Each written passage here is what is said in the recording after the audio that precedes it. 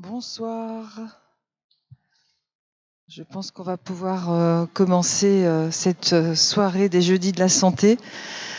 Je suis Rachel Moussouni, adjointe au maire en charge de la santé. J'ai donc l'honneur de présenter, d'ouvrir les différentes conférences concernant la santé. Et ce soir, je vois que vous êtes très nombreuses et nombreux, et je tiens à souligner effectivement la présence d'hommes parmi le public pour venir s'informer et être plus au fait de cette pathologie féminine, mais pas seulement féminine finalement, puisque elle impacte l'entourage, et que ce soit au niveau personnel que au niveau professionnel. Donc je suis ravie d'accueillir ce soir deux émérites docteurs, donc Floriane Bonin ici à droite, et à gauche Anne-Rose Cook. Et donc elles vont, j'en suis sûre, nous permettre d'y voir un peu plus clair dans cette pathologie. Avant qu'elle commence, je vais passer le micro à un autre médecin, chercheur, qui a une petite requête à faire et qui va vous expliquer pourquoi il est là. Ça prendra quelques minutes, mais c'était important qu'on apporte notre soutien aussi dans ce cadre-là. En tout cas, je vous souhaite une très bonne soirée et puis à bientôt donc pour la prochaine conférence. Merci. Merci beaucoup. Merci de me donner ces quelques minutes.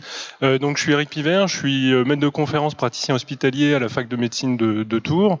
J'interviens à mon titre d'enseignant parce que dans le cadre de l'enseignement des deuxième années, du deuxième cycle des études de médecine, on fait ce qu'on appelle des petites simulations, ça s'appelle des ECOS, au cours desquelles on met les étudiants en simulation pour évaluer leur relation médecin-malade. Et dans ce cadre-là, on a besoin de ce qu'on appelle des participants standardisés qu'on recrute sur le bénévolat et donc qui participeraient à ces examens. Donc il y a des ECOS facultaires et des ECOS nationales. Donc on a déjà un vivier de participants standardisés, mais il nous en manque un petit peu. Et on profite des Jeudis de la Santé pour essayer de faire du prosélytisme et d'essayer de recruter des gens qui sont motivés pour faire cette action. Donc, si ça vous intéresse, j'ai mis des flyers, donc sur lesquels vous avez un QR code et un mail pour lequel vous pouvez contacter. Il y a une session d'information qui vous explique comment ça va se dérouler. Ça nécessite un peu de temps, mais je pense que c'est important pour la formation de nos futurs médecins, donc de trouver des gens qui sont libres et qui veulent participer à cette action. Donc voilà. Donc je vais les mettre à la sortie ou je peux les faire passer. Et puis donc merci en tout cas si des gens sont motivés pour le faire et vous serez accueillis avec plaisir. Moi je m'occupe de la formation des patients standardisés. Donc il y a deux sessions d'information là au mois de mars, les 21 et les 27 mars. Et puis, vous pouvez venir. Le fait de venir à une session d'information, ça ne vous oblige pas à accepter, mais ça vous permet de savoir de quoi il retourne, quel est le temps que vous allez avoir à y consacrer. Et voilà. Et bien, en tout cas, merci de m'avoir écouté, merci de m'avoir donné ce temps de parole. Et puis, si vous avez des questions, je vais le mettre à la sortie, et puis vous pourrez prendre les informations et puis vous inscrire, répondre à un mail. Merci en tout cas de votre attention. Et puis, bonne session.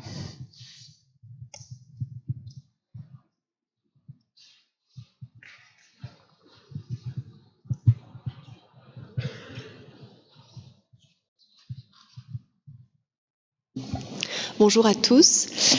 Donc on va se représenter. Je vous remercie d'être venus aussi nombreux à cette conférence. Donc moi je suis le docteur Floriane Bonin, je suis gynécologue médicale à l'hôpital d'Amboise et je suis aussi le médecin coordonnateur d'Endocentre, qui est la filière endométriose de la région Centre-Val de Loire, et je vous en reparlerai un tout petit peu en fin d'intervention.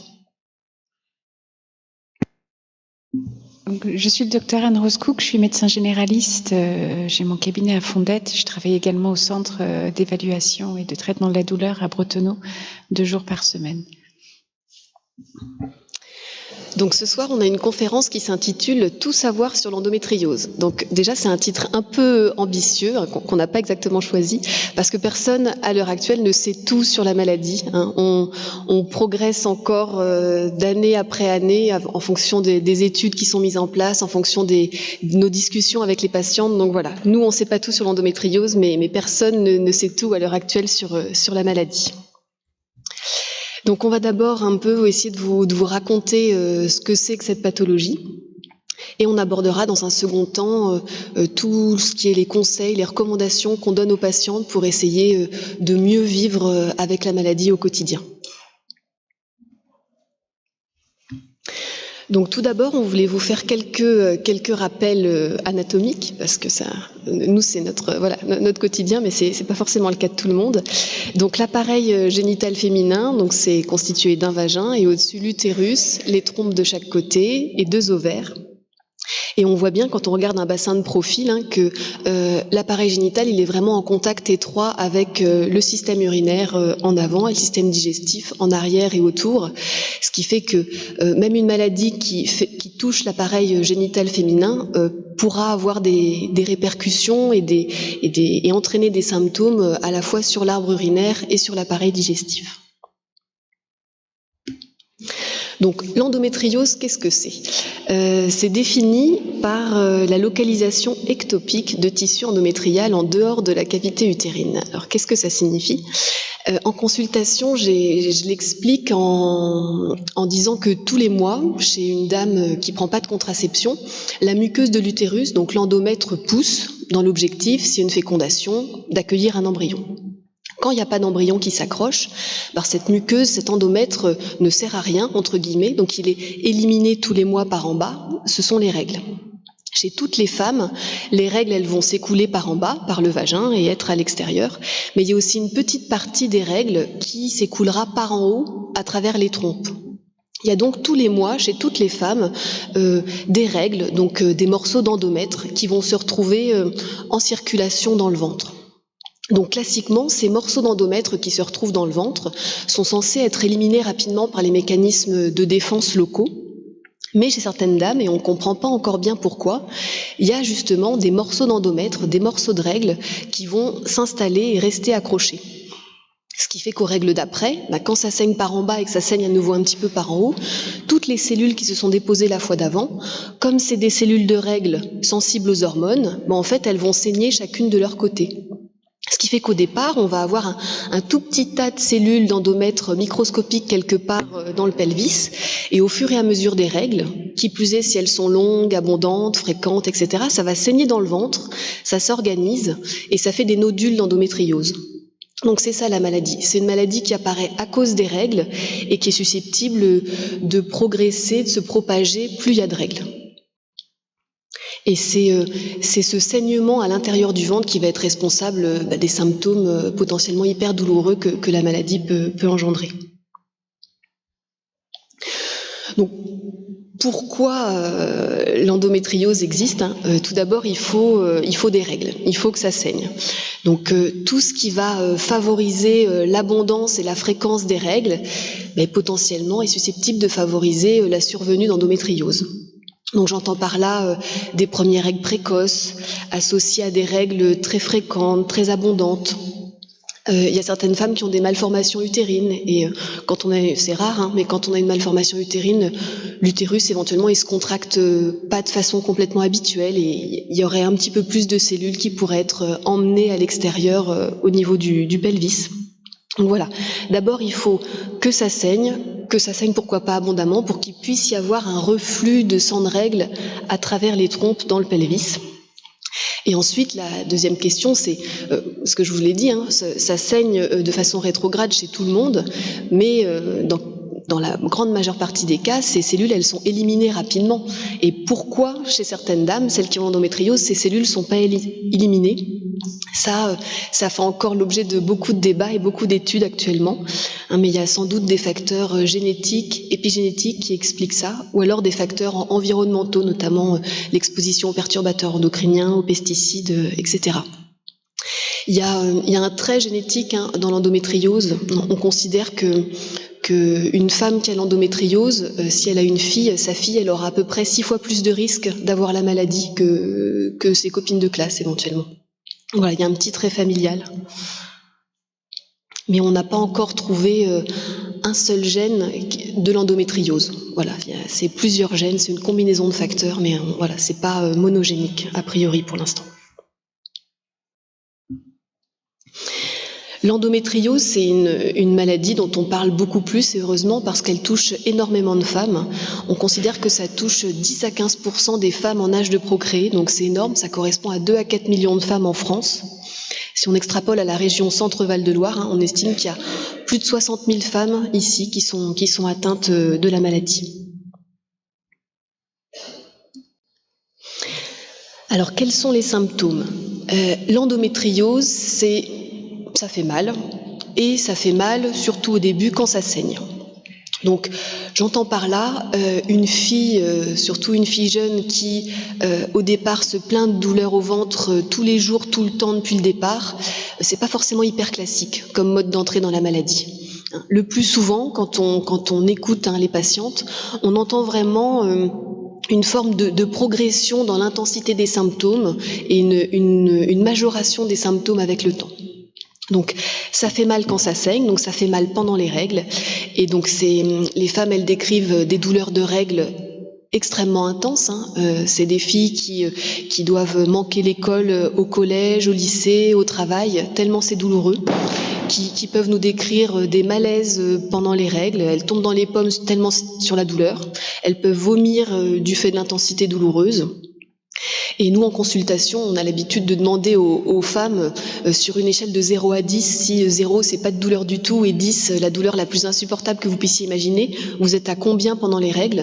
Et les femmes qui ont l'endométriose, régulièrement, elles nous disent au-delà de 7, 8 sur 10, donc plusieurs jours par mois, tous les mois, c'est énorme. Donc au-delà de la douleur dans le bas du ventre, donc la douleur utérine, les patientes qui ont de l'endométriose, elles peuvent aussi nous décrire des douleurs à la défécation pendant les règles. Donc, les modifications de transit pendant les règles, elles sont classiques et c'est pas forcément lié à l'endométriose. Avoir la diarrhée pendant ces règles, c'est un phénomène normal. Mais le fait que le passage des selles soit hyper douloureux pendant les règles, ça peut être un petit signe et c'est intéressant de nous en faire état. Il y a aussi des patientes qui peuvent décrire des douleurs en urinant pendant les règles, ou alors du sang dans les urines pendant les règles. Ça, c'est intéressant, parce que du coup, ça peut nous inviter à chercher une atteinte de la maladie au niveau de la vessie, par exemple. Et il y a des patientes qui nous décrivent des douleurs profondes pendant les rapports sexuels. Donc ça, c'est pareil, ça peut être un symptôme d'endométriose. Donc, à des stades débutants de la maladie, dans les premiers mois ou années d'installation, ça fait mal quand ça saigne. Sauf que, au bout de plusieurs mois ou années d'évolution, à force de saigner dans un pelvis à un endroit où ça devrait pas, les organes ils se retrouvent un peu à cicatriser entre eux de façon aberrante.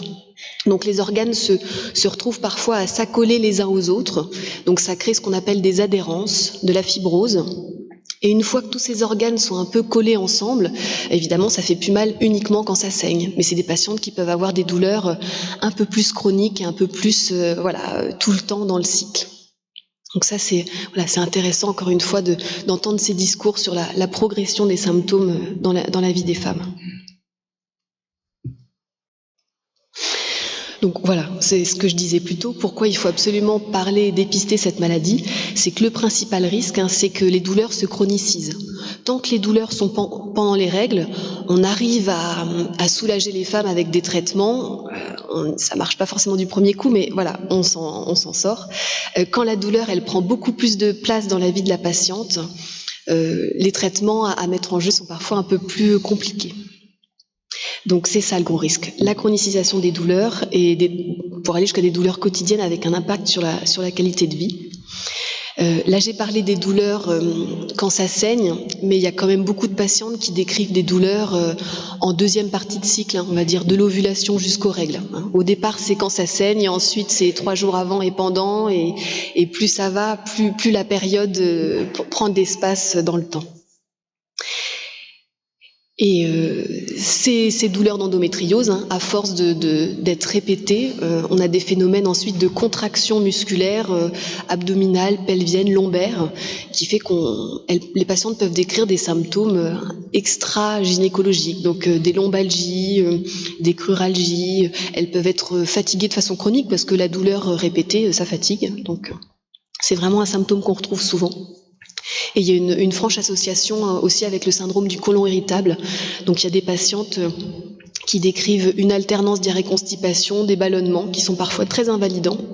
Et parfois, ce sont ces symptômes-là qui sont parfois même en premier plan, parce que beaucoup plus dans le quotidien. Et pourquoi on a mis un petit peu de temps? Enfin, c'est vrai que l'endométriose, on n'en parle que depuis, je sais pas, une dizaine d'années. C'est pourquoi pour les médecins ça a été compliqué à comprendre un peu cette maladie. C'est parce que les symptômes sont extrêmement variables d'une patiente à l'autre. Et il n'y a pas vraiment de lien, de corrélation entre la quantité de lésions dans le corps et la quantité de symptômes et la quantité de douleurs que la patiente peut décrire. Donc j'entends par là qu'il y a des patientes qui ont une atteinte vraiment sévère, importante, et qui va décrire peu de symptômes, qui va être peu gênée dans sa vie, tandis qu'il y a d'autres patientes qui vont avoir une toute petite lésion quelque part et qui vont vraiment être extrêmement invalidées. Donc j'avais une collègue qui me disait mais ça fait mal un caillou dans une chaussure, mais c'est vraiment ce concept-là, c'est qu'une toute petite lésion dans un pelvis, en fait, ça peut vraiment donner des douleurs très intenses. Et c'est ce qui, pour nous, je pense, c'est ce qui explique que chez nous, on a mis un peu de temps avant de comprendre ce concept-là.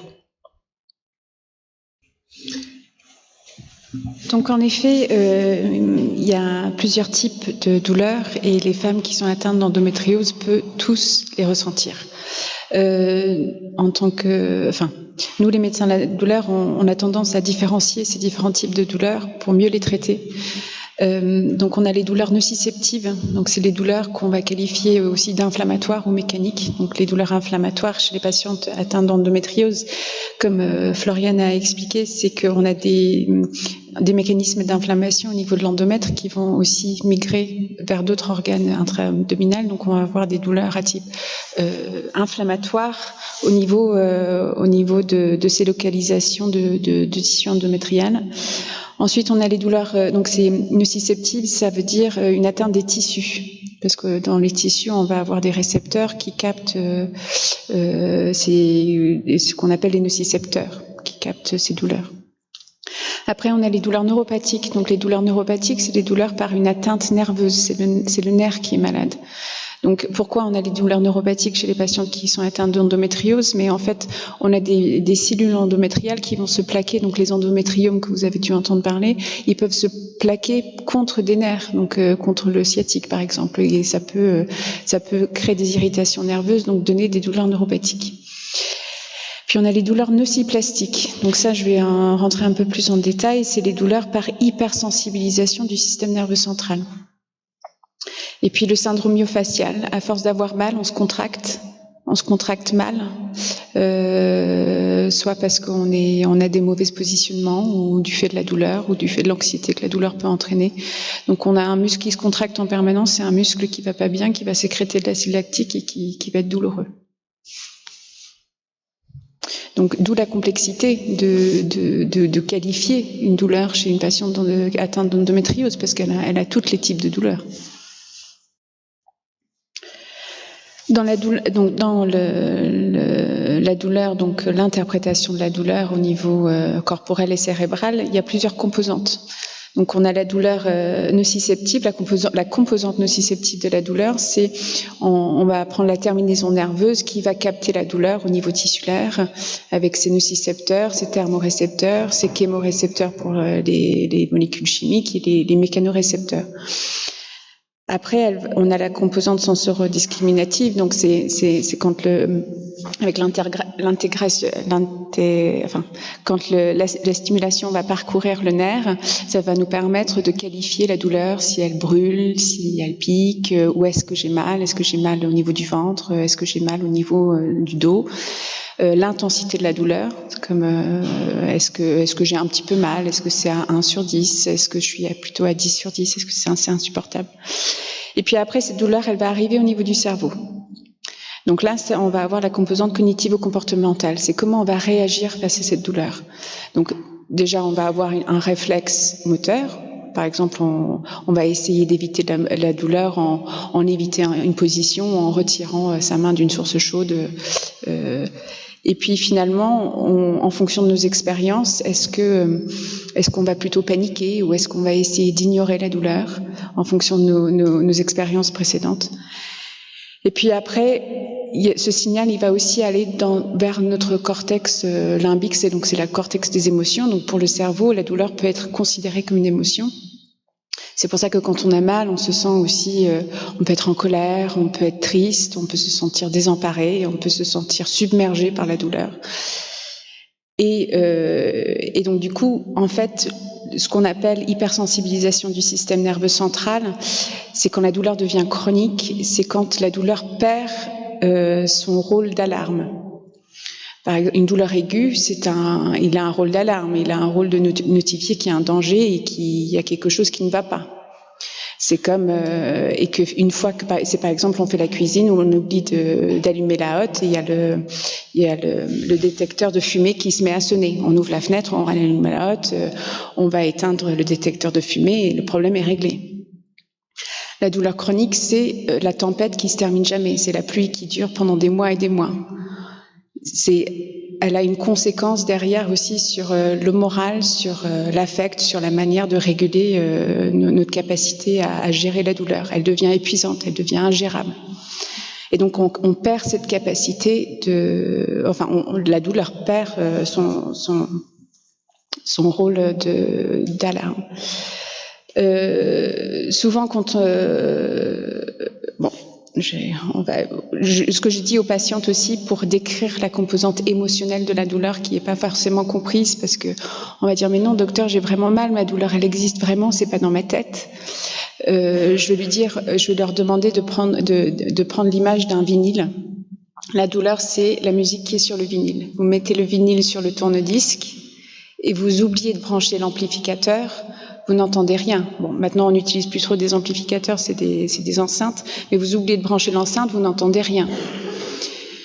Les émotions, les expériences passées, les traumatismes passés, c'est l'amplificateur. Il n'a rien à voir avec la douleur. C'est pas lui qui a l'origine de la douleur, par contre, c'est lui qui gère le volume.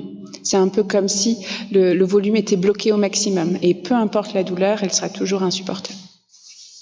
Donc c'est important de travailler sur ces amplificateurs émotionnels pour travailler également sur la douleur. Donc, je vous ai parlé donc les douleurs nociceptives, donc c'est des douleurs inflammatoires que je vous ai déjà expliquées. Donc, on a les douleurs neuropathiques les douleurs neuropathiques, on les reconnaît par des picotements, des fourmillements, des décharges électriques, des engourdissements. Plus ça dure dans le temps, plus on va développer ce qu'on appelle une allodynie, c'est-à-dire que le simple fait de nous toucher peut enclencher une douleur. Et puis les douleurs nociplastiques, c'est le dysfonctionnement de la modulation de la douleur. C'est-à-dire que souvent, en plus, les patientes qui sont atteintes d'endométriose, elles ont mal depuis très longtemps. Ça fait des années qu'elles ont mal. Donc en fait, elles diminuent leur seuil de tolérance à la douleur. C'est un peu pour donner une image, c'est le détecteur de fumée qui dysfonctionne, c'est-à-dire que il suffit de mettre un petit pchit de déo et il se déclenche. En fait, il y a un dysfonctionnement. Et puis les douleurs dysfonctionnelles, donc c'est tout ce qui est myofacial, c'est-à-dire que donc à force d'être contracté, et si on prend par exemple une corde de guitare ou de violon, si on le serre de trop, il suffit de le toucher très peu pour créer du son. Et puis à force de le serrer, il ne sera pas accordé correctement. Si le muscle il est trop tendu trop longtemps, ça va créer des douleurs au niveau du muscle, mais ça va aussi créer des douleurs à l'extrémité du muscle, c'est-à-dire on va avoir des douleurs projetées avec des douleurs du dos, des douleurs du genou, enfin des douleurs projetées. Et puis ça va aussi avoir un impact sur les organes qui sont contenus dans les muscles. Donc on va avoir des troubles au niveau vésical, des troubles digestifs, et puis des douleurs pendant les rapports sexuels. Et puis tout ça pour dire que en fait quand on a mal, on va essayer d'éviter d'avoir mal, donc on va réduire notre activité physique, on va développer ce qu'on appelle une kinésiophobie. Donc ça existe dans l'endométriose, mais ça existe aussi chez les patients atteints de lombalgie chronique. Donc on va bouger moins parce qu'on va pas vouloir enclencher la douleur, et quand on bouge moins, on crée un déconditionnement physique avec des muscles qui se transforment en cellules graisseuses, avec des articulations qui vont développer de l'arthrose. Et donc, moins on bouge, plus on aura mal quand on se remet à bouger. Et puis, le fait d'avoir mal, ça crée un isolement social. On n'a plus envie de sortir, on n'a plus envie de voir nos amis. Et puis, ça crée un isolement professionnel aussi parce que on multiplie les arrêts de travail. Donc, c'est important d'essayer de prévenir, de trouver des moyens pour rester en activité, pour mieux soulager la douleur, pour pas s'isoler et pour pas se déconditionner.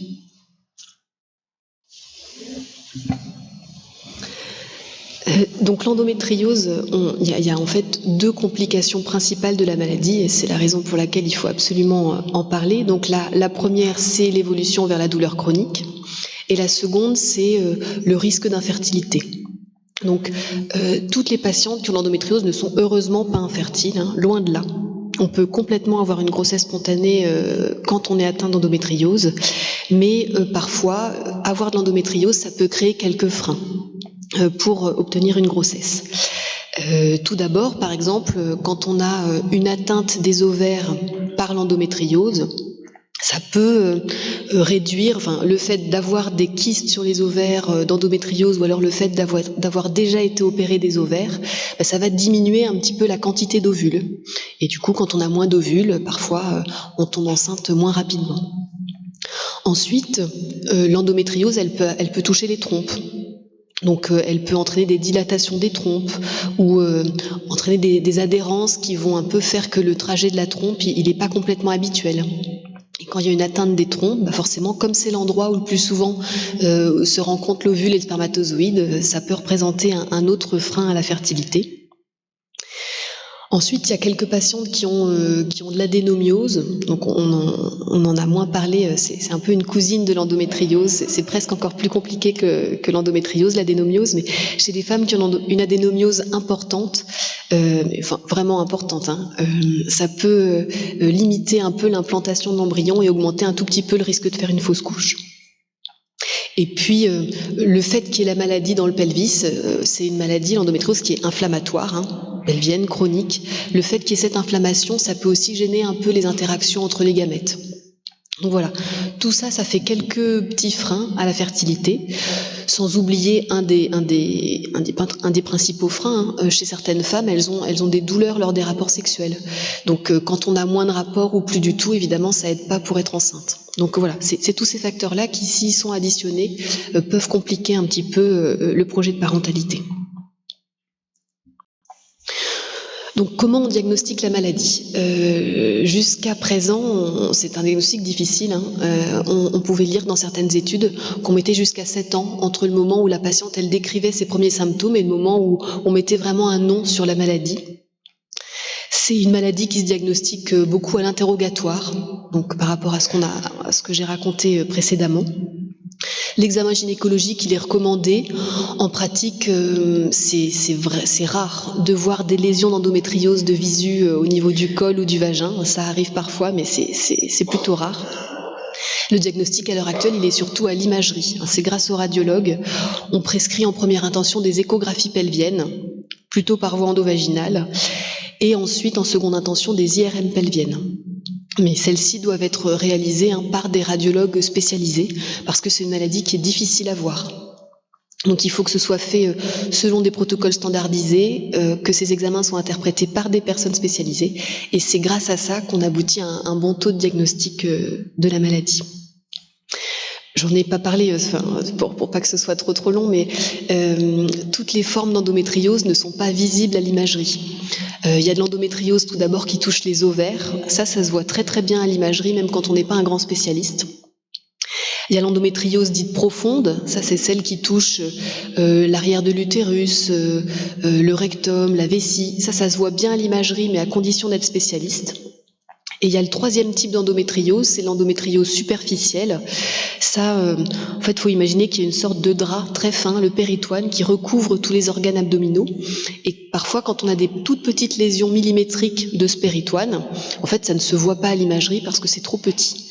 Donc, c'est pour ça qu'il y a des patientes qui peuvent avoir des symptômes très évocateurs, mais avec une imagerie qui est pour l'instant pas hyper probante. Ça ne veut pas dire qu'elle n'a pas la maladie, ça veut dire que pour l'instant, on n'est pas forcément en mesure de la mettre en évidence.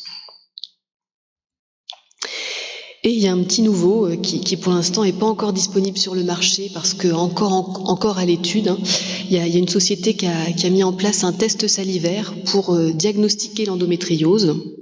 Donc encore à l'étude, voilà, pas encore remboursé en France.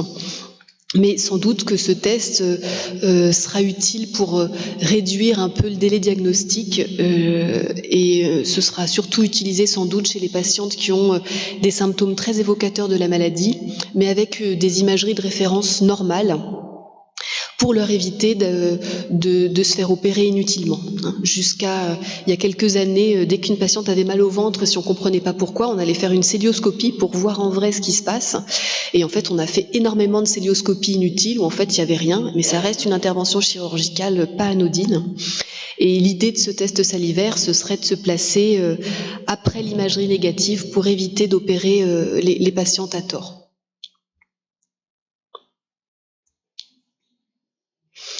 Et on va maintenant aborder le deuxième grand thème de la soirée, après qu'on vous ait raconté qu'est-ce que c'est que la maladie, comment on fait pour soulager les femmes atteintes. Donc déjà, faut qu'on soit d'accord sur les objectifs de prise en charge. Nous, notre objectif, c'est absolument pas que les dames, elles aient un pelvis dit normal ou qu'il y ait une imagerie normale, ça on s'en fiche. Le but, c'est qu'elle ait une vie normale, c'est qu'elle estime que sa qualité de vie soit satisfaisante et qu'elle puisse, si elle le souhaite, accomplir ses projets de parentalité éventuels. Il n'y a pas de traitement à l'heure actuelle qui guérit l'endométriose. On ne sait pas soigner la maladie aujourd'hui, pas encore. Mais on a des traitements à notre disposition pour suspendre son évolution, pour éviter qu'elle progresse et pour essayer d'en améliorer les symptômes. Voilà. Donc le traitement principal de la maladie, c'est un traitement médical hormonal.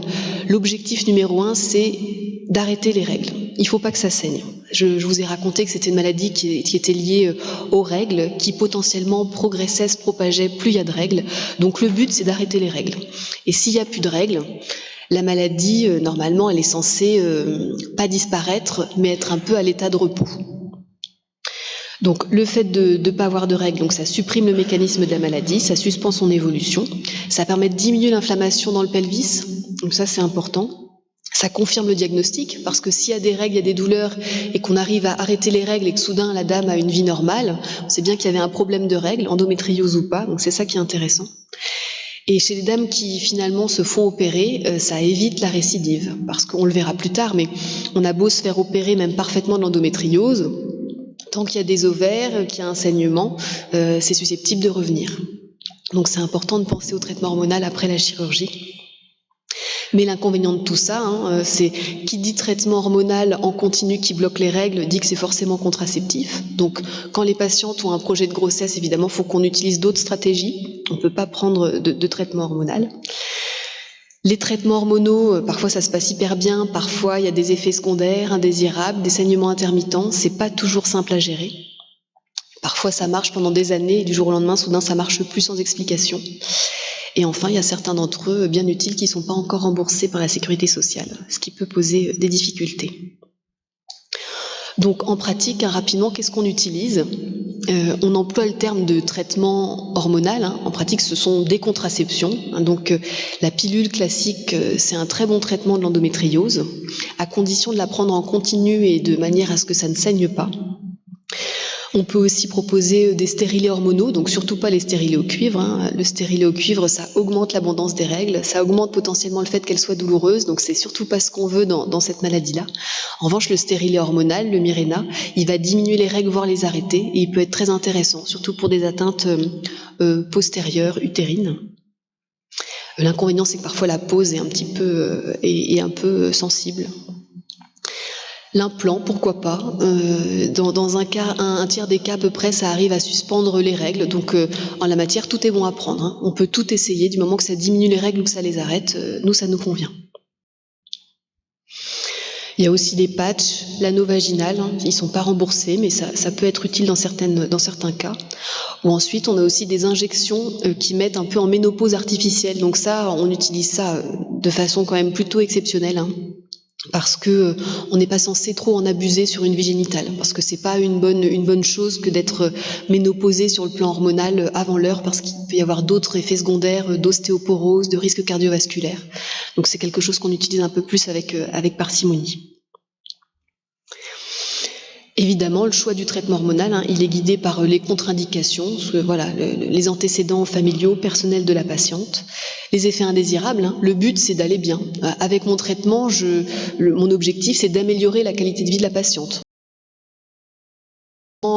Je coupe ses règles, mais qu'à côté de ça, elle a des maux de tête, des douleurs dans les seins et qu'elle est hyper déprimée, la balance, elle n'est pas bonne. Donc dans ce cas-là, je dois changer de traitement pour essayer d'améliorer ça. C'est vraiment toujours le rapport avantage-inconvénient. Il faut effet positif, effet négatif. Il faut avoir plus d'effets positifs que négatifs. Sinon, il faut continuer à chercher une autre solution. Et ça, je voulais juste vous mettre un petit schéma pour un peu vous raconter ce qui se passe sous pilule ou sous traitement hormonal. Quand on prend un traitement hormonal qui bloque les règles, ça ne met pas en ménopause. Ça ne met pas en ménopause, mais l'objectif, enfin vraiment l'ennemi de l'endométriose, c'est les fluctuations hormonales. Donc c'est vraiment toute modification d'œstrogène qui va faire que les symptômes de la maladie vont se raviver et qui vont faire que les lésions vont saigner. Et le but du traitement hormonal, ça va être de faire en sorte que toutes les hormones soient toujours au même niveau pour éviter au maximum ces phénomènes inflammatoires de saignement et du coup les phénomènes douloureux. Donc on veut que toutes les hormones soient au même niveau, mais pas au niveau de la ménopause, évidemment. La ménopause, les taux hormonaux sont bien plus bas que ça. On veut que ce soit toujours des taux bas, mais stables. Donc, pour traiter la douleur de l'endométriose, on va cibler, on va donner des médicaments en fonction des types de douleurs que je vous ai expliqué tout à l'heure. Donc le traitement de la crise, c'est souvent au moment des règles, c'est souvent pendant la période inflammatoire. Donc on va proposer des médicaments de type anti-inflammatoire, du Doliprane et de l'Acupan, le Nefopam. L'Acupan, c'est le médicament en ampoule très amer, dégoûtant, qu'il existe maintenant en comprimé. Et puis, dans les traitements non médicamenteux, on va proposer tout ce qui est kiné, techniques de relaxation, hypnose, pour gérer tout ce qui est amplificateur émotionnel. Et puis le TENS. Donc, le TENS, c'est un outil qui est utile. Vous pouvez aussi connaître sous le nom de Urostim. Je vais l'expliquer après. Et puis, en traitement de fond, on va plutôt cibler la composante neuropathique des douleurs. Donc, on a deux classes médicamenteuses qui ciblent ces dysfonctionnements nerveux, c'est les antiépileptiques et les antidépresseurs. Donc, on ne donne pas ces médicaments pour la dépression, ni parce que la patiente est épileptique, on l'utilise pour son versant anti-neuropathique. C'est un peu comme dans les dictionnaires, chaque mot a plusieurs significations. Nous, on a des médicaments qui ont plusieurs indications. Donc, souvent en première intention, donc on a la duloxétine ou la venlafaxine dans les douleurs, pour les antidépresseurs, et on a aussi le Laroxyl. Le Laroxyl a tendance à endormir, donc si vous êtes embêté la nuit, on va peut-être proposer plutôt du Laroxyl le soir. Et puis en anti-épileptique, on a le Neurontin, la gabapentine ou le Lyrica. On va plutôt prescrire le Neurontin en première intention parce que le Lyrica, il y a eu quelques abus avec le Lyrica parce qu'il y a un versant anxiolytique, donc il a été détourné et maintenant il nécessite une ordonnance sécurisée comme les morphiniques. Mais ça peut être intéressant en seconde intention si jamais la gabapentine ne marche pas grâce à son versant anxiolytique. Et puis on va aussi essayer de traiter tout ce qui est inconfort associé, donc les troubles digestifs, les antispasmodiques comme le spasfon, mais bon, on sait très bien que ça marche pas toujours. Et puis en troisième et dernière intention, au niveau médicamenteux, on a les morphiniques. Donc on voit pour les crises, on a le tramadol et le tramadol. On sait aussi que pendant les crises, on a certaines patientes qui se rendent aux urgences et qui finalement, ils ont des titrations de morphine.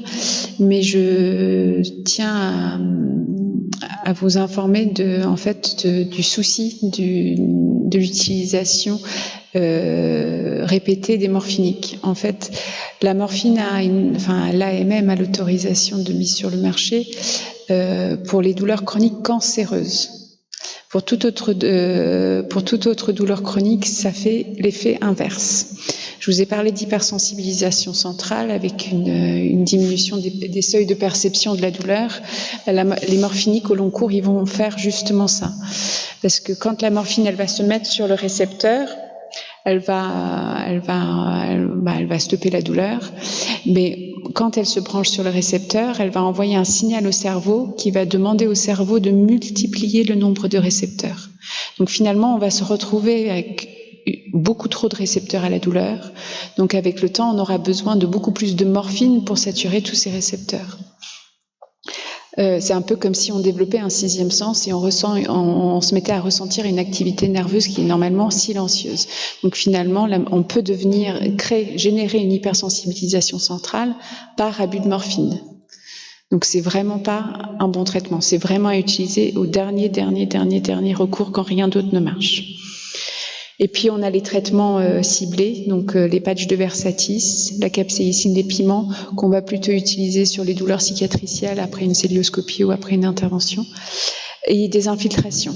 Alors nous, au centre de la douleur de Tours, on fait pas ça, mais à Nantes ils le font. Ils ont des études sur le piment, la capsaïcine dans les douleurs pelvipérinéales et aussi les infiltrations.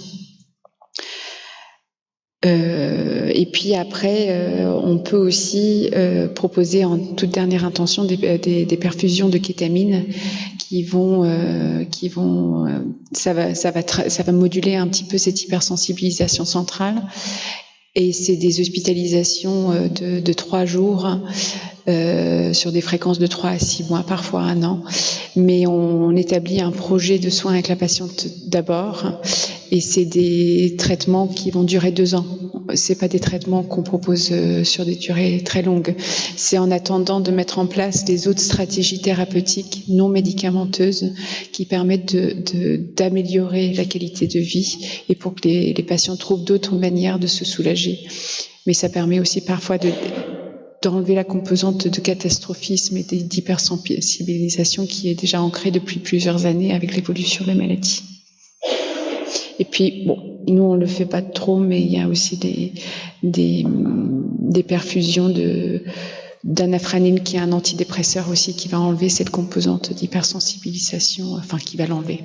On va espérer que ça va moduler un petit peu cette composante d'hypersensibilisation. Un mot sur le traitement chirurgical. Donc il y a 1 ou 2 décennies, en fait, on opérait toutes les patientes atteintes d'endométriose dès qu'on voyait un petit quelque chose quelque part.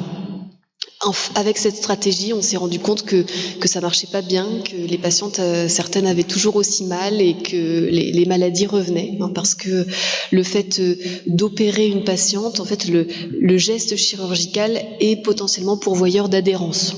Et donc, comme c'est déjà une maladie qui est susceptible de créer des adhérences et que la chirurgie peut en créer aussi, maintenant, on est beaucoup plus prudent sur nos indications de traitement chirurgical. Donc, il faut penser à opérer les femmes en cas de douleur non contrôlée malgré un traitement bien pris. Donc, j'entends par là une patiente qui a trouvé le bon traitement, qui n'a plus de règles, et malgré le fait qu'elle ait plus de règles, elle garde des douleurs et des crises douloureuses qui sont trop invalidantes. Là, ça peut être une vraie indication à opérer la patiente. Mais dans ce cas-là, on décide de pas l'opérer juste d'un côté, enlever un petit quelque chose. Dans ce cas-là, on essaye d'être complet dans le geste chirurgical.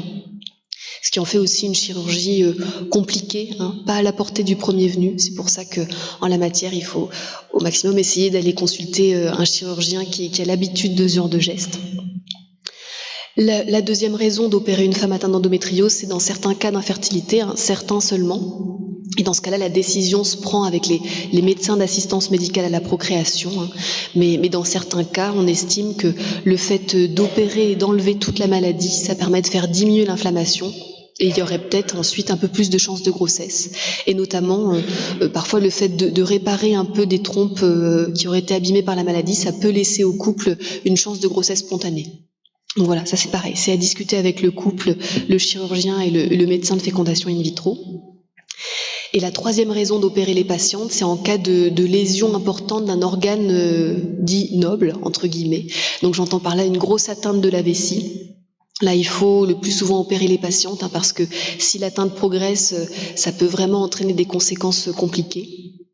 Ou par exemple, en cas de grosse atteinte digestive, la lumière, le diamètre d'un tube digestif, c'est pas forcément très important. Donc voilà, quand il y a déjà une lésion importante dans la lumière du tube digestif, il vaut mieux l'enlever tant qu'on peut encore y toucher, et pas encore entraîner trop de conséquences, plutôt que d'attendre d'être en occlusion intestinale et de devoir opérer les dames en extrême urgence. Mais voilà, la stratégie actuelle, c'est vraiment d'opérer les dames une seule fois, et si on décide de les opérer, d'enlever au maximum toutes les lésions possibles. Un mot sur la fertilité. Globalement, on parle un peu de stratégie active de prise en charge pour l'obtention rapide d'une grossesse. Donc, j'entends par là qu'il y a à peu près, on va dire, 2 cas de figure un peu schématiques. Si la patiente est globalement plutôt jeune, que la maladie est pas hyper avancée, on va lui proposer d'arrêter sa contraception, d'essayer au maximum pendant 6 mois d'être enceinte, et si au bout de 6 mois il n'y a pas de grossesse, on va commencer un bilan de fertilité du couple, chez elle, chez son conjoint, pour voir s'il y a d'autres explications que l'endométriose à l'infertilité, et le cas échéant, lui proposer une prise en charge en fécondation in vitro. Quand on a de l'endométriose, c'est franchement plus souvent la prise en charge en FIV qui est pratiquée. On fait peu d'insémination dans le cadre de l'endométriose. Et on va dire que le deuxième cas de figure, toujours hyper schématique, c'est si la patiente est par exemple un peu plus âgée, que la maladie est très évoluée ou qu'elle a déjà été opérée de l'endométriose plusieurs fois. Il y a des patientes qui ont tellement des souvenirs de douleurs terribles qu'elles ont une crainte importante à arrêter leur traitement hormonal, même si le projet de grossesse est important pour elles. Et donc pour ces femmes, ça nous arrive de leur prescrire un bilan de fertilité avant l'arrêt de la pilule, pour faire le point sur leur chance de grossesse spontanée, vérifier que le conjoint a des spermatozoïdes, que les trompes, elles sont bien perméables. Et dans ce cas-là, quand tous les voyants sont au vert, oui, elles se lancent, mais au moins elles savent qu'elles ont des chances d'y arriver toutes seules. Et chez les patientes chez qui ce bilan initial retrouve une altération du spermogramme ou autre en plus de l'endométriose, c'est des fois des femmes qui vont directement vers une prise en charge en fécondation in vitro. C'est complètement possible. Et la deuxième chose par rapport à la fertilité, c'est le concept de préservation de la fertilité. Depuis plusieurs années en France, il y a une possibilité de congeler ses ovules quand on se sait atteint d'une maladie qui est susceptible de diminuer notre quantité d'ovules. Donc c'est par exemple les patientes qui vont faire des gros traitements, qui vont subir des traitements anticancéreux, des grosses chimiothérapies. Donc ces femmes-là, on leur propose de congeler leurs ovules. Mais il y a d'autres maladies, heureusement, pas beaucoup moins graves, pas mortelles comme l'endométriose, qui est aussi susceptible parfois de baisser franchement le stock d'ovules. Et c'est surtout chez les patientes qui ont des kystes sur les ovaires, surtout s'il y a des kystes de chaque côté, surtout si elles ont été déjà beaucoup opérées. Chez ces femmes, on peut aussi leur proposer de congeler les ovules en amont, histoire de préserver la fertilité future. Donc c'est important d'en discuter. Il y a heureusement pas du tout toutes les femmes atteintes d'endométriose qui sont éligibles entre guillemets à la préservation médicale de la fertilité, mais c'est important que ça arrive un moment dans la discussion pour que tout le monde soit d'accord.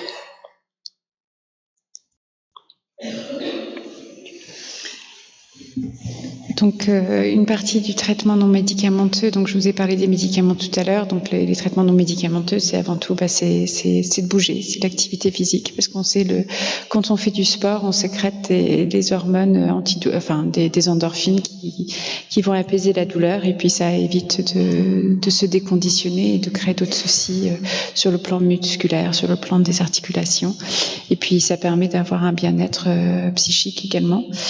Et ça a des effets de prévention sur les états d'anxiété et de dépression. Donc l'activité, peu importe l'activité physique, hein, le plus important c'est que ça vous plaise et que vous puissiez persévérer. Et donc le yoga, le stretching, on sait que c'est des choses qui portent ses fruits pour les patients douloureux. Il y a pas mal d'études là-dessus. La kinésithérapie, mais l'important c'est de reproduire les exercices que le kiné va vous enseigner en autonomie. Le plus important, c'est de faire l'activité physique en autonomie, de ne pas être obligé d'avoir quelqu'un derrière soi pour se motiver. Et puis il y a l'ostéopathie également. Bien manger, donc tout ça c'est des règles de bonne hygiène de vie, hein. Bouger, bien manger. On sait que dans notre alimentation il y a des perturbateurs endocriniens, donc essayer de manger des produits locaux, des produits qui n'ont pas trop d'additifs, et puis de prendre soin de son cerveau, donc travailler sur les amplificateurs émotionnels éventuels avec des exercices de relaxation et parfois une psychothérapie avec une prise en charge des traumatismes si besoin. Et puis ce que je vous ai dit tout à l'heure, le TENS, donc pour faire rapide, c'est l'électrostimulation transcutanée. Quand on tombe, on a le réflexe de se frotter. Et en fait, les nerfs qui circulent le tact sont beaucoup plus rapides que celles qui circulent la douleur, donc elles vont arriver en premier au cerveau. Et donc du coup, et puis il y a une boucle réflexe très locale au niveau de la moelle qui fait que, en fait, finalement, on va tromper le cerveau. Au lieu de recevoir une sensation douloureuse, il va recevoir une sensation mécanique. Donc on va envoyer des petites stimulations électriques qui vont créer comme des petits massages sur les zones douloureuses qui vont permettre de court-circuiter l'information douloureuse, et ça a l'avantage de ne pas avoir d'interaction médicamenteuse et de ne pas avoir d'effets secondaires. Après, les contre-indications, c'est pacemaker. Si on a un pacemaker, on n'en met pas parce que ça peut le dérégler, enfin l'éteindre. Et puis si on est enceinte, on ne met pas de TENS parce que ça peut entraîner les contractions et des fausses couches. Et puis tout ce qui est patch chaud, bouillotte, le froid pour certains. Pour revenir au TENS rapidement, actuellement, les gynécologues peuvent prescrire des urostimes, et nous, les médecins du centre de la douleur peuvent prescrire les TENS.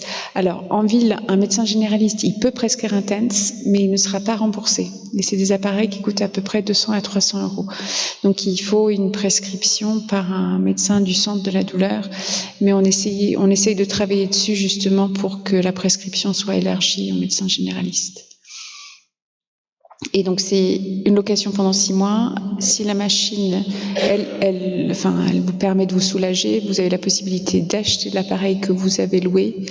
Et avec les remboursements, ça varie entre 30 € et 100 € de prise en charge, de restant à charge. Donc voilà, le message, c'est une prise en charge globale. On n'a pas de médicament magique. On n'a pas de cachet miracle qui va supprimer la douleur. L'important, c'est de jouer sur toutes les différentes composantes de la douleur et sur les amplificateurs, et puis sur la bonne hygiène de vie. Juste un dernier petit mot sur cette diapo, elle peut faire peur, hein. Toutes les patientes atteintes d'endométriose n'ont heureusement pas besoin de tous ces soins. Il y a la grande majeure partie des femmes, hein, qui auront besoin que du traitement hormonal pour bloquer les règles, avec une bonne hygiène de vie classique, hein, et qui auront une vie normale. Donc voilà, tout le reste de la palette, c'est vraiment pour voilà, quand les douleurs prennent plus de place dans le quotidien ou sont plus difficiles à gérer, mais voilà, la pilule en continu permet de régler quand même beaucoup de problématiques. Heureusement, la plupart des femmes atteintes d'endométriose sont prises en charge par le gynécologue de ville et le médecin traitant de ville. Ils n'ont pas besoin de venir jusqu'au centre de la douleur. Nous, on voit les cas très complexes avec des douleurs rebelles qui sont en échec thérapeutique. Donc, je suis un petit peu biaisée dans ma vision, mais heureusement que toutes ces femmes-là n'ont pas besoin de tout ça. Et donc pour terminer, je voulais vous présenter rapidement Endocentre, donc qui est la filière régionale de prise en charge de l'endométriose. Donc rapidement, hein, pour la petite histoire, à partir de 2018, il y a eu un plan gouvernemental pour mettre en place une stratégie nationale de lutte contre l'endométriose. Et donc, suite à ce plan national, il y a les ARS qui ont passé des appels à projets pour structurer les filières de prise en charge sur le territoire. Donc nous, pour pouvoir répondre à cet appel à projet, on a créé une association, Endocentre, et notre projet a ensuite été sélectionné par l'ARS pour qu'on puisse créer et développer la filière de prise en charge sur le territoire, sachant que les objectifs principaux qui nous ont été fixés, hein, c'est œuvrer pour un diagnostic précoce de la maladie et pour une stratégie thérapeutique la plus locale, personnalisée et adaptée possible. Donc, les 4 missions qui nous sont données par l'ARS, c'est tout d'abord d'identifier et de former les professionnels de santé à la prise en charge de la maladie, de proposer aux patientes atteintes, voilà, de tracer un parcours patiente, d'essayer en tout cas au maximum local, adapté, personnalisé, pour que les patientes puissent être prises en charge le plus proche possible de chez elles, parce que c'est le temps de trouver le bon traitement, c'est parfois des consultations itératives, hein, donc plus on forme les sages-femmes sur le plan local, mieux les patientes peuvent être prises en charge et le plus rapidement possible.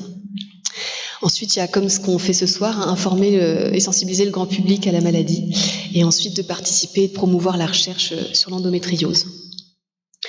Donc sur un plan pratique, en fait, on a un site vitrine d'Endocentre, donc c'est www.endocentrevdl pour valdeloire.fr. Et sur ce site internet, donc vous retrouverez un peu ce que c'est que la maladie, les dernières recommandations, et surtout, le plus important, c'est qu'on a un annuaire de professionnels, donc qui est encore en cours de création et qu'on met à jour et qu'on modifie très régulièrement. De tous les gynécologues, médecins généralistes, sages-femmes, radiologues notamment de la région qui connaissent la maladie et qui sont d'accord pour recevoir les patientes. Parce que notre objectif, c'est un peu de niveler le soin pour qu'il y ait des professionnels de premier recours, pour que si une patiente se dit « tiens, j'ai quand même des symptômes un peu inhabituels », puisse consulter les premiers recours. Parce que parfois, juste mettre en place une pilule et un traitement de base, ça permet de solutionner beaucoup de choses.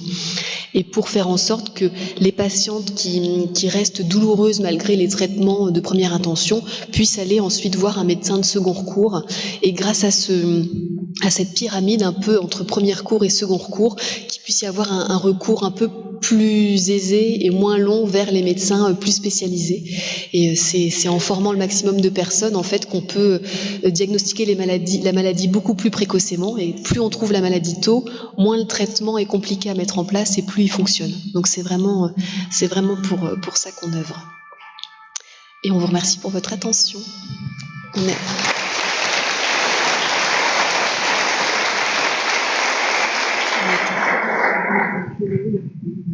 Vous allez maintenant pouvoir poser vos questions.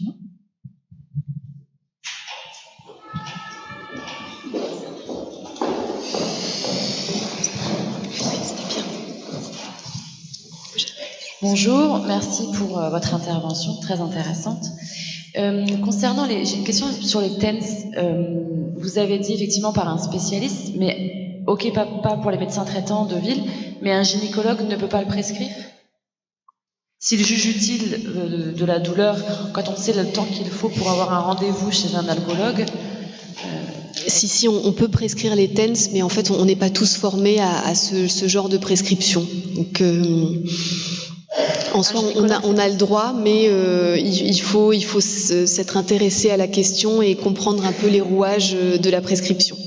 C'est pas complètement aussi simple que de prescrire un traitement hormonal. Bon, après, c'est pas très compliqué non plus, hein, mais voilà, En fait, le TENS, si on vous prescrit un appareil comme ça,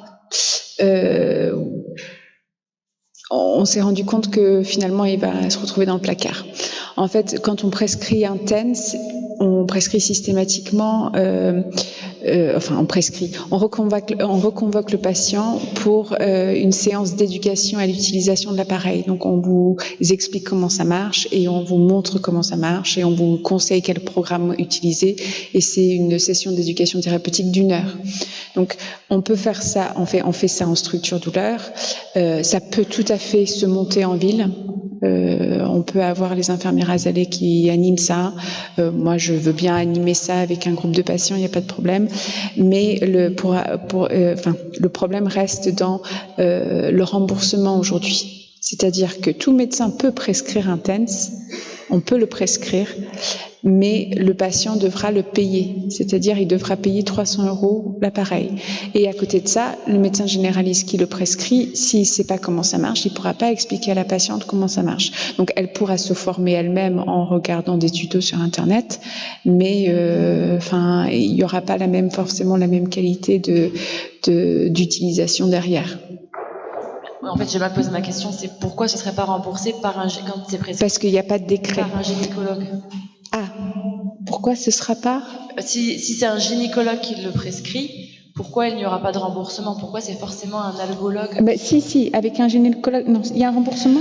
Oui, mais nous, on ne peut pas prescrire tous les TENS. Enfin, c'est pareil, en fait, il y a des médicaments, on est limité dans nos prescriptions. Moi, je ne peux pas prescrire de chimiothérapie parce que je ne sais pas faire. Et les TENS, c'est vrai qu'à la base, c'est vraiment un appareil de médecin de la douleur. Donc, ça s'est un peu démocratisé. On peut en prescrire des petits, mais on ne peut pas forcément prescrire le TENS. Mais c'est quelque chose sur lequel on est en train de travailler. J'ai 2 thésards qui sont en train de travailler sur le sujet, sur l'apport supplémentaire du TENS dans la pratique de la médecine générale tous les jours. Il y en a un qui est en train d'interroger les médecins généralistes pour leur demander s'ils pensent que ce serait utile d'avoir cette thérapeutique non médicamenteuse dans sa boîte à outils. Et il y en a un autre qui est en train d'interroger les patients sur est-ce qu'elles connaissent et quels sont les freins de l'avoir et est-ce que justement financièrement ça c'est un frein. Aujourd'hui, il n'y a pas de légalement, dans les textes de loi, elle est uniquement remboursée que si c'est un algologue qui le prescrit. Mais justement, avec les résultats de ces études, on va essayer de ce qu'on appelle monter un article 51, donc avec l'ARS et la CPTS de Tours, pour qu'il y ait une délégation pour que en Centre Val de Loire, les médecins généralistes puissent prescrire et que ce soit remboursé. Mais on n'y est pas encore. Et sinon, dans l'attente d'une prescription médicale pour le TENS, vous pouvez acheter vous-même des TENS sur Internet qui marchent aussi pour la plupart. Il y a le TENS de chez Lidl qui coûte 30 € qui est pas si mal.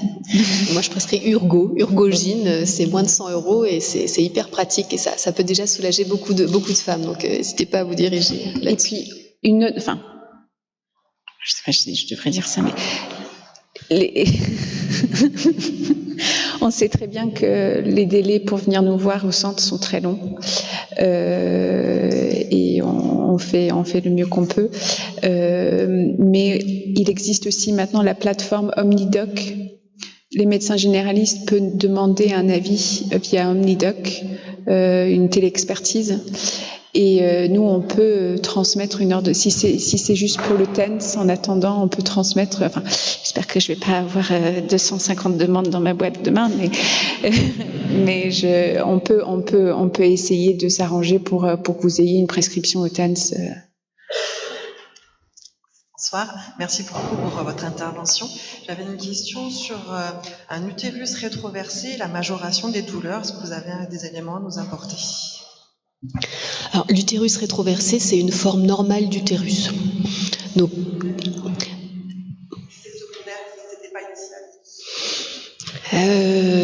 après, après, c'est pas exact. Oui, dans certains cas, l'endométriose peut créer des adhérences et faire en sorte que l'utérus il soit plus dans une configuration classique et du fait de ces adhérences, s'il y a des adhérences, c'est pourvoyeur de douleurs, notamment profondes lors des rapports sexuels, etc. Ouais. Mais sinon, l'utérus rétroversé classique, c'est une forme normale d'utérus et il n'y a pas forcément plus de douleur qu'un utérus antéversé. Mais parfois, oui, ils sont antéversés, rétrofléchis et là, effectivement, on voit qu'ils sont moins à l'aise de toute façon à l'imagerie et qu'ils sont moins mobiles. Et ça peut être pourvoyeur de douleur, ouais. Bonjour, merci pour cette soirée. En France, a-t-on des nouvelles pour le diagnostic via le sang menstruel? Non, moi, j'ai jamais entendu parler de ça. Je suis désolée. D'accord, donc, ok.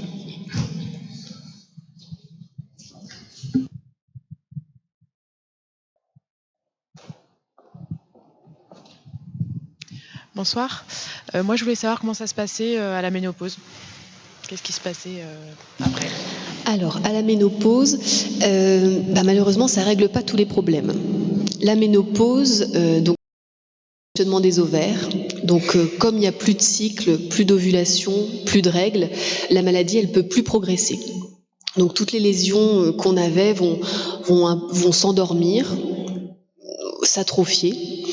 Mais quand on était arrivé au stade d'adhérence, si le pelvis est adhérent et que tous les organes sont un peu adhérents entre eux, c'est pas la ménopause qui va entraîner l'arrêt complet des douleurs. La ménopause permet de solder les douleurs cycliques et le côté inflammatoire et la progression de la maladie. Mais sur des pelvis qui étaient très adhérentiels, peuvent persister des douleurs chroniques même après la ménopause. Ouais. Bonjour et merci. Moi, j'ai eu une opération d'endométriose, donc j'ai plus d'utérus, j'ai plus de trompe, il me reste que les ovaires. Et je voulais savoir si l'acupuncture, ça peut aider ou pas du tout, en attendant d'avoir un rendez-vous au centre pour la gestion de la douleur. C'est une technique qui vaut je suis pas une experte en acupuncture, mais toute technique non médicamenteuse, notamment l'acupuncture, peut aider sur justement tout ce qui est syndrome myofacial avec les tensions musculaires. Donc oui, si ça permet de vous détendre sur le plan musculaire, ça vaut le coup d'essayer.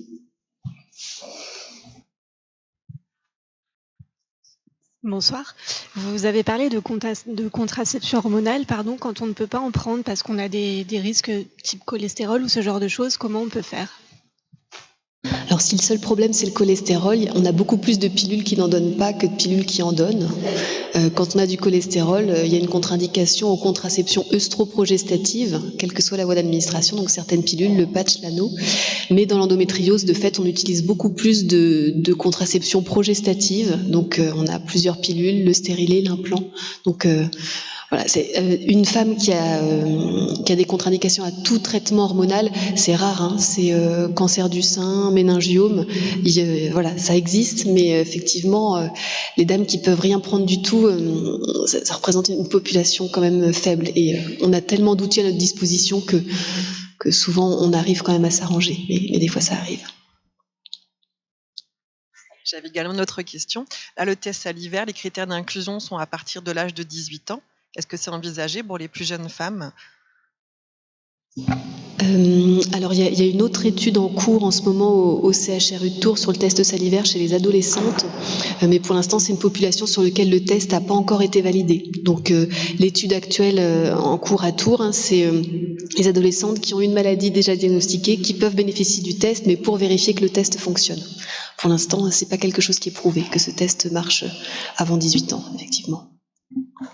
Bonsoir. Moi, je voulais vous demander 2 questions. Vous avez expliqué que l'amplificateur tout à l'heure de douleur, il reste allumé tout le temps et que du coup, il sera toujours réglé à fond. Ça veut dire que toute notre vie, même si on venait à être opéré, même si on venait à trouver des solutions justement par l'arrêt des saignements via contraception, ça veut dire qu'on aura tout le temps quand même de toute façon des douleurs, et là on vient de l'entendre, même après la ménopause? Alors, il y a autant de traitements de la douleur que de patientes. C'est-à-dire que je peux pas vous dire que une patiente aurait des amplificateurs qu'on n'arrivera pas à éteindre et que l'autre non. Je peux pas le savoir. On sait que les amplificateurs émotionnels peuvent être en lien avec un passé traumatique, avec des traumatismes de tout genre qui n'ont pas forcément été réglés ou qui ont été travaillés, qui ont été réglés, mais qui malheureusement persistent sur le plan ce qu'on appelle psychosomatique. Mais ça ne veut pas forcément dire que l'amplificateur ne s'éteindra jamais. Après, si on a une cause de la douleur et qu'on enlève cette cause, la douleur, elle peut très bien partir. On peut tourner autour du pot pendant des années en se disant c'est un amplificateur émotionnel, et puis finalement retrouver une adhérence qui est collée à un nerf, l'enlever, et puis l'amplificateur, il n'existe plus. Donc, c'est au cas par cas. On ne peut pas généraliser. Merci. Ma deuxième question, elle rejoint justement la détection via IRM. J'ai été très rassurée d'entendre tout à l'heure qu'on peut avoir des IRM qui font pas apparaître pour autant avoir des symptômes, parce que j'avais l'impression jusque-là d'avoir des développements psychosomatiques alors que les symptômes sont réels et même s'ils se voient pas encore à l'IRM. Donc ça veut dire que quand vous expliquez qu'il faut faire par des personnes spécialisées, j'ai entendu qu'il y a l'annuaire, donc on le trouvera dessus. Impeccable, merci. Dernière question, mais en rebond à ce qu'on vient d'évoquer, ça veut dire que l'endométriose peut aussi favoriser la création de myomes ou pas du tout, et parce que ça par contre ça se détecte plus facilement? De fibromes, la création de fibromes? Oui, c'est ça. Les fibromes, c'est une autre maladie œstrogénodépendante, donc liée aux œstrogènes, mais non, enfin, il y a pas de... Non, c'est pas du tout forcément associé. Bonjour, excusez-moi, donc moi j'ai une question à vous poser par rapport au traitement qui était donné dans les années 90 pour l'endométriose. C'était l'androcure, l'acétate de cytopyrone, dont on m'a traité avec de l'androcure pendant 25 ans. Et c'est évidemment un médicament qui maintenant est en procès, tout comme le Mediator, puisque c'est un médicament qui a été signalé dès 2010 comme dangereux, mais on a empêché Voilà. C'est passé sous silence. L'androcure, donc c'était un macroprogestatif, c'est un très bon médicament et un très bon traitement de l'endométriose, mais de fait on le prescrit plus maintenant dans cette indication parce que il a été, on a mis en évidence qu'il était associé à la croissance de tumeurs autour du cerveau. Systématiquement, les patientes qui développent des méningiomes importants, comme moi, j'ai dû être opérée et j'avais 3 méningiomes de 5 cm de diamètre et qui ont altéré mes fonctions cognitives et sensorielles. Et donc, est-ce qu'il y a quelque chose... Donc l'androcure a été interdit, mais trop tardivement, parce qu'à partir de 7 ans de prise d'androcure, les personnes développaient des méningiomes. J'en ai pris 25 ans. Donc c'est pas exactement aussi simple que ça. C'est pas ce médicament qui va créer la tumeur, mais le fait d'avoir une tumeur et de prendre le médicament, ça peut faire pousser la tumeur. Donc c'est un peu différent. C'est pas ce qui a été démontré par tous les cliniciens et les neuropsychologues. C'est ce qui est dit à l'heure actuelle, il n'y a aucune étude qui dit que le traitement progestatif crée la tumeur. C'est que ce soit l'utéran, luténil, l'androcure, ça favorise la croissance de ces tumeurs si elles préexistent. Et de façon franche, ça a été mis en évidence. Et ces médicaments ne sont pas interdits, mais on a des restrictions de prescription qui sont importantes et on a des nécessités de surveillance. Dans l'androcure, on peut le prescrire encore, mais plus dans l'endométriose, enfin de façon exceptionnelle, on peut, mais exceptionnelle. Et ça nécessite une surveillance par IRM régulière pour éviter ces risques-là. Vous êtes au CHU de Tours, allez voir le professeur François qui vous dira tout à fait l'inverse. Bonsoir, merci.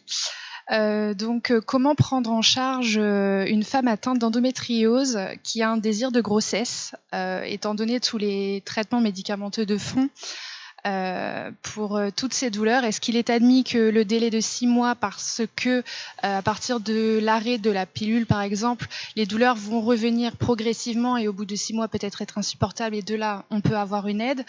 Enfin, comment prendre en charge en fait ce désir de grossesse chez cette femme atteinte d'endométriose? Donc, dans ce cas-là, le discours qu'on tient, c'est vraiment d'arrêter la contraception au moment où la patiente est prête, et pas d'arrêter la contraception en prévision d'une envie de grossesse 1 an plus tard, etc. C'est on arrête quand on est prêt. Et ensuite, se laisser la possibilité d'être enceinte le plus rapidement possible. Donc, c'est des rapports réguliers, fréquents.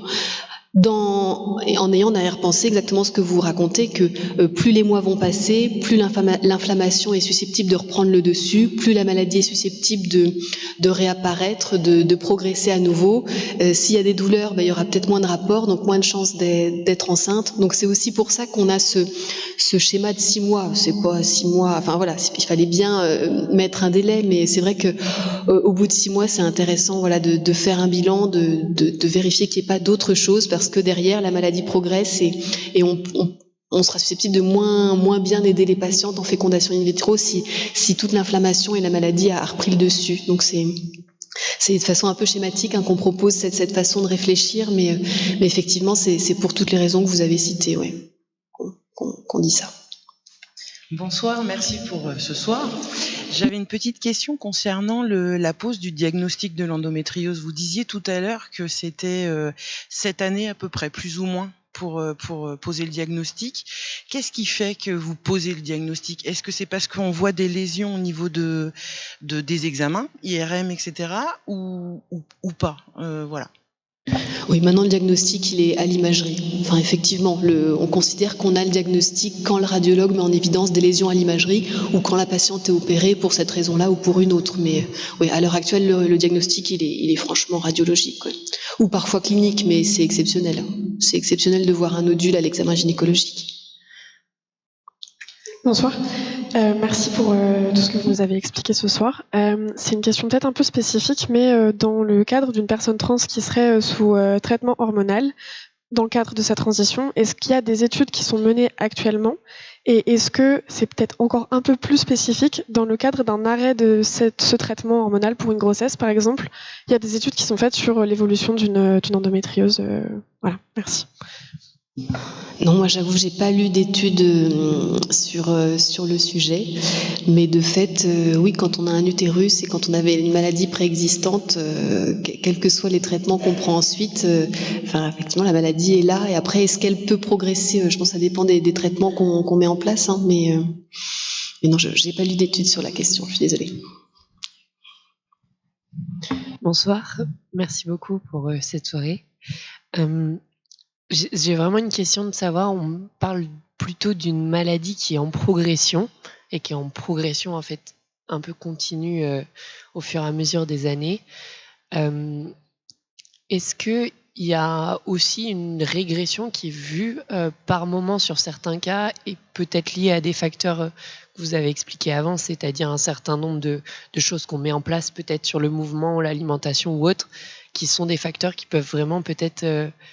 Alors, je ne sais pas si c'est voyant aussi maintenant sur des imageries de voir des cas de régression, mais voilà, c'est un peu une question que je me posais. Oui, c'est une super bonne question. C'est vrai qu'en ce moment, par exemple, on parle beaucoup du test salivaire en ayant l'impression que ça va révolutionner le diagnostic. C'est vrai que ça va être intéressant, mais nous, à l'heure actuelle, notre plus gros questionnement, c'est chez qui la maladie va progresser et chez qui, en fait, ça progressera jamais. Parce que là, j'ai été un peu trop schématique en vous disant la maladie progresse. C'est pas vrai. Chez certaines dames, effectivement, si on fait rien, ça progresse toute la vie, et plus les mois, les années passent, on voit la quantité de lésions qui augmente. Mais en fait, chez certaines dames aussi, qu'on fasse quelque chose ou qu'on fasse rien, il y a des maladies qui se stoppent. Et il y a des patientes qui ont leur état de maladie définitif à 30 ans ou même moins. Et ça, c'est vraiment notre plus gros questionnement. C'est en fait, on ne sait pas aujourd'hui dire chez qui ça va progresser et chez qui, en fait, ça progressera pas. C'est pour ça que pour l'instant, de façon un peu schématique, on donne le même traitement à tout le monde, mais en pratique, là, on n'a pas encore cette réponse-là. Et la mise en place de certains traitements hormonaux, ça peut en revanche faire régresser les kystes d'endométriose, les endométriomes et certaines lésions. Hein, vraiment, quand on fait des imageries à quelques années d'intervalle et qu'il y a eu un traitement bien conduit sans règles au milieu, il y a vraiment des atteintes qui régressent. Donc, après, voilà, est-ce que c'est des facteurs extérieurs, l'hygiène de vie qui fait que ça régresse? Ça, on n'est pas capable de le dire, mais il y a un vrai effet du traitement hormonal chez certaines femmes sur la régression des lésions. Bonjour et puis merci beaucoup pour tout ce que vous nous avez expliqué. J'ai une question, alors je pense que c'est assez vaste, donc voilà. À propos de l'adénomiose, est-ce qu'il y a un lien avec l'endométriose? Donc ça c'est un peu ma première question. Est-ce que c'est lié? Moi je suis pas du tout renseignée sur l'adénomiose. Et surtout, vous nous avez parlé d'un facteur héréditaire et je me demandais si les femmes atteintes d'adénomiose, il pouvait y avoir un lien avec leur fille atteinte d'endométriose ou non, par exemple. Voilà. Merci. Alors l'adénomiose, c'est une maladie compliquée. En fait, il y a deux formes d'adénomiose. Il y a une forme d'adénomiose qui est l'adénomiose externe, qui est liée à l'endométriose. Donc c'est une forme d'endométriose de l'utérus. L'adénomiose externe, c'est pas le plus fréquent. Et il y a une autre forme d'adénomiose, c'est l'adénomiose diffuse interne, qu'on considère presque comme une forme d'involution physiologique de l'utérus. C'est-à-dire typiquement chez des femmes de plus de 40 ans, qui ont eu plusieurs enfants, qui ont éventuellement eu plusieurs chirurgies utérines, c'est hyper classique qu'on trouve une adénomiose. Et c'est une maladie qui sera franchement différente de l'endométriose, parce que ça touche tout l'utérus. C'est une maladie qui entraîne des règles abondantes et douloureuses, mais voilà, pas autant de symptômes et autant de symptômes extra-gynécologiques que l'endométriose. Donc c'est pour ça que c'est difficile de vous répondre sur est-ce qu'il y a un lien un peu génétique quand la mère a de l'adénomiose, est-ce que la fille peut en avoir aussi? En fait, c'est une maladie qui est tellement fréquente au-delà de 40 ans. Enfin, nous, c'est notre quotidien en consultation. C'est quand même assez banal d'avoir de l'adénomiose à 45 ans, tandis que l'adénomiose liée à l'endométriose, qui est l'adénomiose externe, ça c'est franchement moins fréquent. Et là, pour le coup, oui, s'il y a de l'endométriose, il peut y avoir un lien génétique. Comme je l'ai dit tout à l'heure, mais c'est une maladie qu'on connaît presque encore un peu moins bien que l'endométriose, parce qu'en fait, finalement, il y aurait peut-être deux formes, ce qu'on n'imaginait pas trop au départ. Bonsoir et merci beaucoup pour votre intervention. Y a-t-il un âge à partir duquel on peut détecter l'endométriose? Est-ce que chez les adolescents, les jeunes adolescentes, on peut détecter à l'imagerie de l'endométriose? En pratique, l'endométriose, ça peut arriver dès les premières règles. Donc, il peut y avoir des formes qu'on diagnostique précocement. Après, quand on est très jeune et qu'on a eu peu de fois ces règles, souvent les imageries, elles sont pas encore très parlantes. Hein. Et ce qui compte, c'est de traiter les symptômes chez les filles jeunes. C'est de mettre en place un traitement hormonal pour pas qu'il y ait de règles, pour pas que la maladie se développe par la suite. Mais après, il y a quelques formes extrêmes. Hein. Enfin voilà, on peut avoir des atteintes très importantes chez des filles très très jeunes, mais c'est hyper rare. Mais sinon, c'est un peu, c'est typiquement l'âge pour lequel c'est pas simple de mettre en évidence la maladie, parce que heureusement, elle n'a pas encore eu l'occasion de faire trop de dégâts. Du coup, on la voit pas, mais c'est pas pour autant que ça n'existe pas et qu'il faut pas traiter comme tel. Merci. Alors moi, je voudrais vous dire un petit mot au sujet de cette endométriose. Nous avons à la ville, on en parlait tout à l'heure, on a parté toutes les trois, mais nous avons posé un congé, un arrêt pour les femmes qui travaillent au sein de la ville en cas de règles douloureuses, un congé menstruel. Et alors évidemment, il n'y a pas que Tours qui a fait ça, mais la société est en train d'évoluer. Il y a une prise en compte de la douleur, bien sûr, mais du côté handicapant, et d'autoriser les femmes qui vivent ces moments qui reviennent quand même très souvent, et les autoriser à pouvoir faire des pauses et ne pas être en train de travailler dans ces conditions-là de douleur intense, parce qu'on a pu le voir. je trouve qu'il y a une belle avancée politique et prise en compte de notre situation à nous les femmes. Donc je voulais dire ce petit mot. Je ne sais pas s'il y a encore quelques questions, mais en tout cas les échanges ont été riches, nombreux.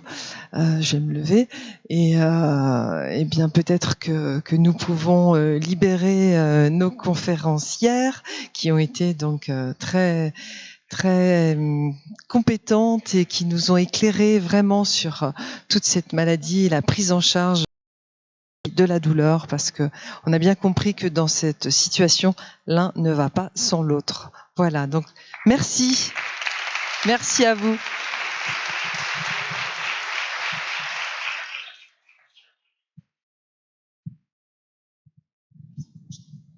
Oui. Alors, la prochaine conférence, 15 mai, sera sur... Alors, je dis ça, mais en fait... L'hypertension, je sais. Et puis aussi, si vous vouliez revoir la conférence, sachez qu'elle est donc en ligne sur YouTube à partir de demain. Voilà, à partir de demain, vous pourrez retrouver. Voilà, merci, bonne soirée.